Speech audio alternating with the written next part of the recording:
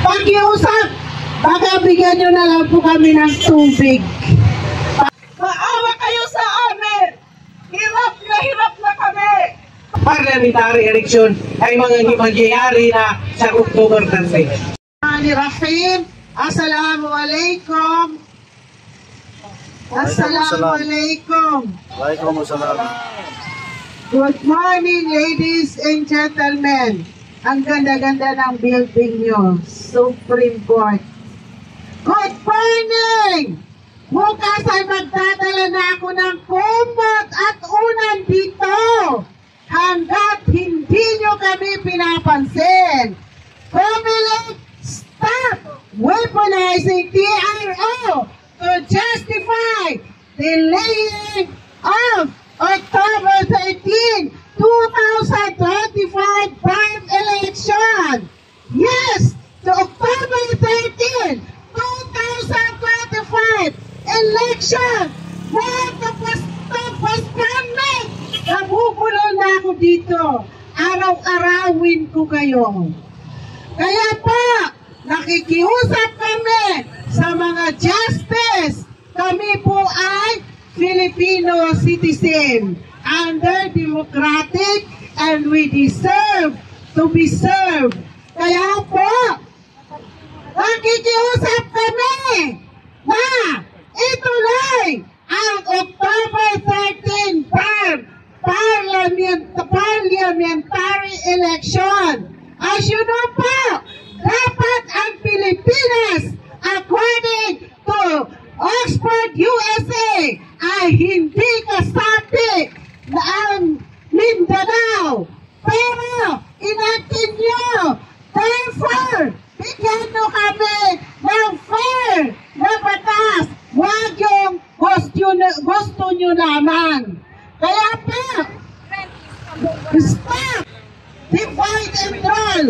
Sabi nyo pa, nag-resign si Haji Murad Galvez. Hindi po totoo, tamimikan na. Nakita-kita sa Senado ano nangyayari sa ibong mukha. Kaya po, patunayan po ngayon, submit. Ano po ang nagawa niya sa mga combatants, livelihood nila? Kumusta na po? May contractor ba? Yay! Galvez! Supreme Court! Garcia! Hindi po yan ang hiniling namin sa Supreme Court na stop ang election. Ang hiniling po namin ay stop pa 77 flying district. Kung mayroong flying voters, mayroon na ngayon pa 77 na flying district or municipalities. At pabor po yan sa isang grupo na nagtipon-tipon upang ang kinilang term na hindi naman po sila ang nagbuwis ng buhay. Mga kanununuhan namin, ilang daan ang nagbuwis ng buhay after 50 years sa kalanang na perpahan. Tapos ngayon, ililigay niya, iibahin niya ang kwento. Republic Act 12123, ipatupad ang bond election.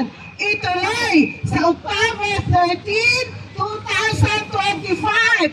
Asahan niyo po, bukas, pagdadala na ako ng kulampo dito. At saka kumot.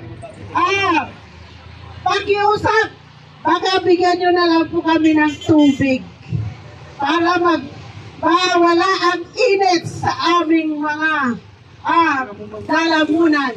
Kaya po, sa Supreme Court, upaulit-ulit, ituloy po ang election. Sabi po ni Garcia noon, kahit akitin ko ang Supreme Court, itutuloy ko ang election. Bakit bigla-bigla binawi niya? Saan po ang word of honor nyo? Ngayon po, sabi naman niya, Supreme Court has the control to stop and to go, to proceed, to resume the election. So, ibig sabihin, Supreme Court, it is all under your care. Huwag na po kayo mag-kinig sa mga contractor. Otherwise, the karma rule will apply. Allah is all-knowing. Allah is almighty na makapangyarihan. Damdamin pa lang niya, nakarating na sa Kanya. He knows even our secrets. Kaya, pagtampisaman kayo, pahain mo kayo ng pera. Pero, sa lupa din, pabagsakan natin, wala tayong madadala. Yung mga dinadala niyang materialis, ipamigay niyo niyang dinadala sa kabaong. Kasi, bulati lang ang makikinabang dyan. The more you share, the more blessing you have, the family will enjoy the rewards or else karma rule. Kaya pa, Supreme Court, again and again, yes, to October 13, 2025 election, again, sigaw natin, yes, to October 13, 2025 election, no! Yes, to October 13, 2025 election, no! To postponement, Allahu Akbar! Allahu Akbar! Allahu Akbar! Allahu Akbar! Allahu Akbar! Ako po ay nagbabasa ng Yasin.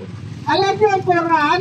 Pag binasa mo yan, Assalamualaikum warahmatullahi wabarakatuh. Magandang umaga po sa ating lahat.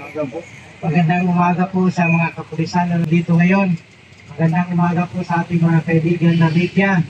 Magandang umaga po sa mga staff ng Supreme Court at doon po sa mga kataas-taasang hukuman ng gobyerno ng Pilipinas at saka mga justices na nandito ngayon. Kami po ay nandito para ipaalam po sa ating lahat na kami po yung nag-5 na naging nagkaroon ng TRO. Kami po yung nag-5 na nagkaroon ng TRO yung BAA 77. Ang hirap po sa Mindanao ay humigit 50 years na po. 57 years na po ang gira sa Mindanao at wala pa rin kasagutan ngayon. Sana po i-maximize na natin ang solusyon ngayon, ang BARM na na-establista na autonomiya ngayon sa Bangsamoro para hindi na po magkaroon ng gira uli sa Mindanao. Ito na po yung solusyon for more than 300 years na gira ng mga Bangsamoro sa Mindanao mula pa nung Espanyol hanggang ngayon ay nagigira din ng mga Bangsamoro dahil ayaw nila ay suppress, ayaw nilang iurakan ang kanilang karapatang pangtao. Kami ngayon ay sumusuporta sa leadership ng Moro Islamic Liberation Front kung saan sila yung nakipag-usap sa gobyerno ng Pilipinas at umabot tayo ng pagpirma ng Primok Agreement ng Bangsamoro at ang Comprehensive Agreement ng Bangsamoro at pinirmahan po yung Bangsamoro Organic Law at kayo po ay naging gobyerno na. Yun po ang Bangsamoro Autonomous Region ng Muslim Mindanao. Ngayon po, mag-eleksyon na po ngayon October 13. Ito pong eleksyon ay mahalaga sa amin. Dahil ito po ay karapatan namin sa konstitusyon ng Pilipinas. Right to suffrage. Karapatan po namin yan na pumili ng mga leader doon sa bar. Karapatan po namin lahat yan na piliin yung leader na makasustain ng kapayapaan sa Mindanao. Ngayon po, nandito na po ang bar. At mag-eleksyon na kami ngayong October 13, 2025. The first ever Bangsamoro parliamentary election ay mangyayari na sa October 13. Supposedly, ito ay nangyari last May 13. Kaya lang, yung ating mga babatas ay umasa ng Republic Act 12123 kung saan pinupuspon yung uli election supposedly May 13 at pinuspon ng October 13. Pangalawa na po ito na postponement Kaya po, sa ating pong mga mambabatas, sa ating pong Supreme Court Justices, sana po, magpalabas na kayo ng desisyon na matuldukan na po itong problema ng Comelec. Problema po ngayon ng Comelec dahil po ngayon hindi daw nila alam yung gagawin nila. Yung gagawin po nila, yung solution po nila para ma-address itong kagustuhan ng Bangsamoro na magkaroon na ng eleksyon ay manggagaling po sa ating mga justices. Nasa inyo po kayo ng pula. Kaya po, aming hinihiling sa ating mga justices na sana po ipalabas na ang inyong ruling. Ipalabas na ang inyong hatol kung ano bang mangyayari kung magkakaroon pa ng eleksyon sa October 13.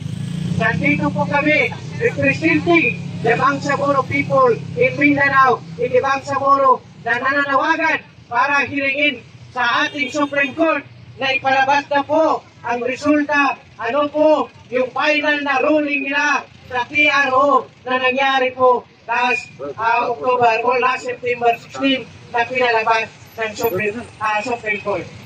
Ngayon po, nandito kami ngayon sa inyong harapan para ipaabot yung aming kagustuhan na magkaroon na po ng eleksyon sa BARB ngayong October 13. Kami po, hanggat wala kayong desisyon, kami po ay patuloy na magagalampag dito po sa Supreme Court para ipalabas yung inyong ruling, ipalabas ang inyong hatol dito po sa isyo ng Bangsamoro election on October 13, 2025. More than 50 po kami ngayon na nandito. Kahapon, more than 60. Bukas, dadami pa ito hanggang Friday, hanggang sa mga susunod na araw ay pupunta kami rito para po hilingin sa inyo. Hindi po kami magsasawang hilingin sa inyo na ibigay na po yung karapatan ng mga Bangsamoro, yung karapatan ng 2.3 million na botante sa Bangsamoro region na magkaroon na po ng eleksyon. Ibigay po ninyo ang aming karapatan na bumoto at ibigay po ninyo ang aming karapatan na pumili ng aming leader na leader niya siya yung magharap, siya yung magsusustain ng kapayapaan sa aming lugar sa Grupo sa Bangsamoro Autonomous Region ng Muslim Mindanao.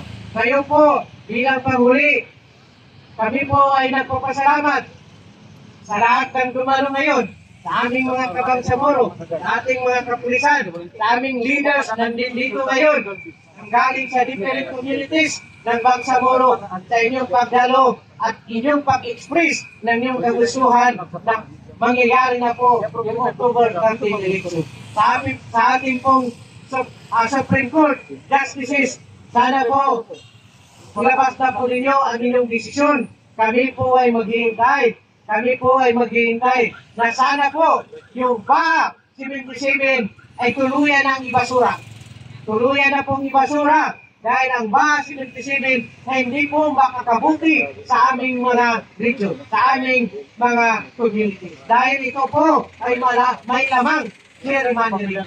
Ito po ay kagawgawan ng mga individual na politiko sa amin na ayaw umalis sa kanilang pwesto. Kaya gusto nila yung mga yung kanilang ginawang districts ay pinagtagpi-tagpi nila yung lugar na kung saan sila malakas. Yung isang lugar lumipat sa isang munisipyo. Kaya po gerrymandering ang tawag namin dyan.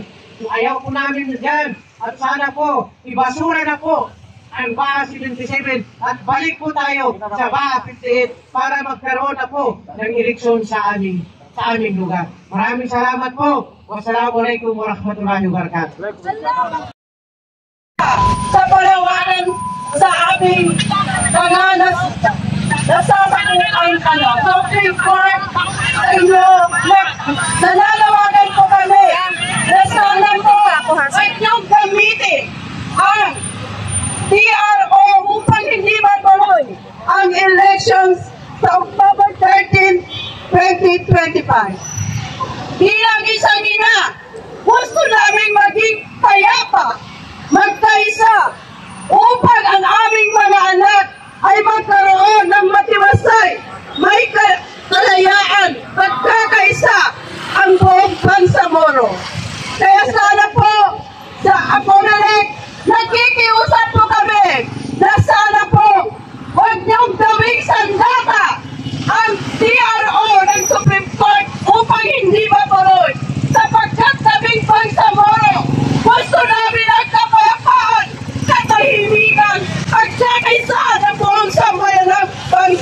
Bangsamoro. Kaya po sana po, maawa kayo sa amin. Hirap na kami. Pagod na kaming nakikiusap sa inyo.